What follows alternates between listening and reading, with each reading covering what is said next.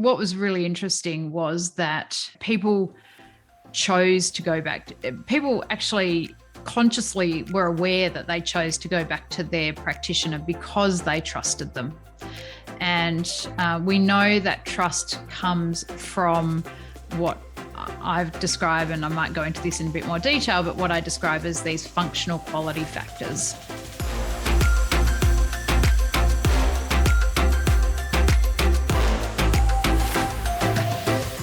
So if we would look at maybe some of the main questions and sort of drill down into those a little bit. So I'm just looking at one of them here, which was, what was the primary reason why you returned to your injector? And that's always an interesting sort of discussion piece when you're talking to injectors and working out how you resonate with customers or patients, what are the sort of intangible touch points? What is it about your communication style, the relationship that you build with them, and how that impacts? So I'm really interested to sort of hear your sort of takeaways from that and sort of what the study actually showed. And just to add in the options that in the survey were trust, results, connection and understanding with the injector, customer service, or convenience and cost. So, pretty broad, broad reasons.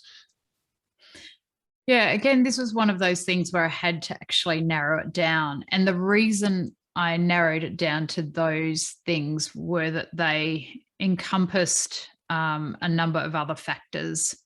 So, for example, results from your previous injectables. That's so this question, just to clarify, was only answered by people who had been back to the same practitioner more than once. And so it was literally saying, why would you choose to go back rather than go somewhere else? Try and determine whether that, again, differs by age group or whether it's fairly consistent. And what I knew from my background research into this area is that some people will, make the decision because they think they're getting the best result or they liked their results, and then other people will choose to go back to their practitioner because of the practitioner. And really it was trying to differentiate between those and see whether people were even aware of why they made that choice and how they made that choice. Consciously were aware that they chose to go back to their practitioner because they trusted them.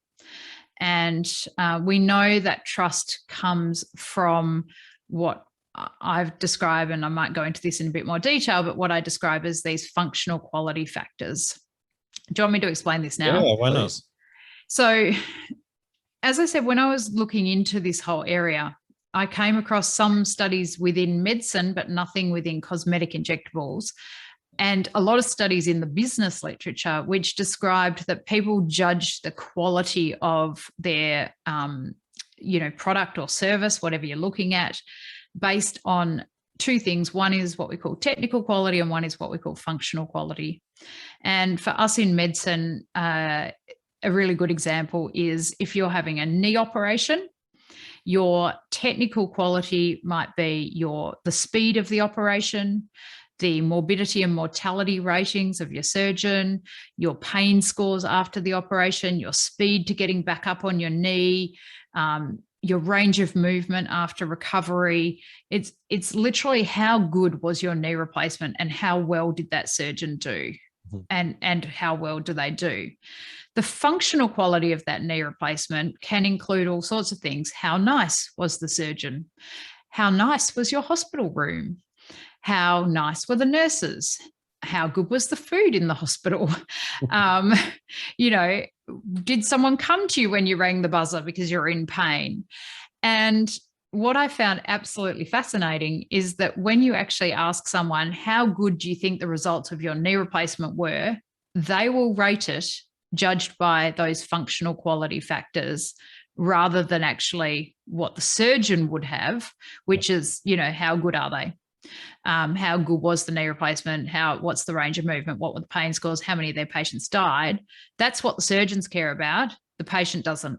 They don't choose their surgeon based on how many of their patients died on the operating table. They choose it on whether or not the bed was comfortable and the food was good and the surgeon was nice to them. Yeah. And so I just thought, God, this is fascinating, right? So if we go and treat a patient And, we do their cheeks and we do their lips and we do their Botox and we post our before and after photos showing, that they've got a millimeter lift in their eyelid and, volumized here and there. And we go, great, look, isn't that a good result? The patient can't see that. They cannot even see. I mean, we all know, we put up a photo of a before and after in front of our patient and we go, oh, doesn't it look great? And they go, is this going to get a bit better? And you think, oh my God, it looks so much better. You're not even looking at it, but so why is it? What is it that actually makes them go back? It's actually probably how they were treated. Well, that's a significant part of it.